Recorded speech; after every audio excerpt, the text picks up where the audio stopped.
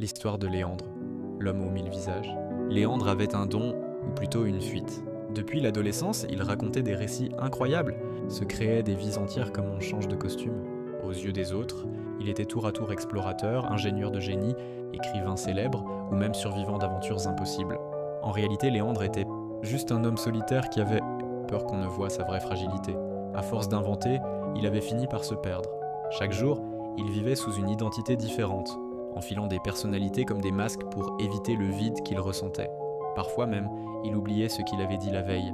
Il se surprenait à répondre à un prénom qui n'était pas le sien, comme si une autre version de lui-même cherchait à prendre la place. Un soir, alors qu'il dînait avec des amis, deux de ses histoires se contredirent. Les regards se figèrent. L'un d'eux, avec douceur, lui demanda « Léandre, qui es-tu vraiment ?» Cette simple question lui coupa le souffle. Personne ne lui avait jamais demandé cela sans jugement.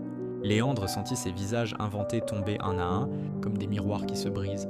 Il avoua qu'il ne savait plus qui il était. Il avait voulu être tellement de personnes pour être aimé, qu'il avait oublié d'être lui-même. Ses amis ne l'abandonnèrent pas. Ils l'accompagnèrent pour qu'il apprenne à reconstruire une identité vraie, authentique.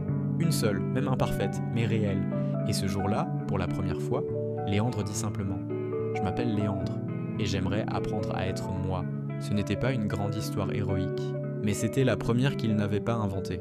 Et c'était la seule qui comptait.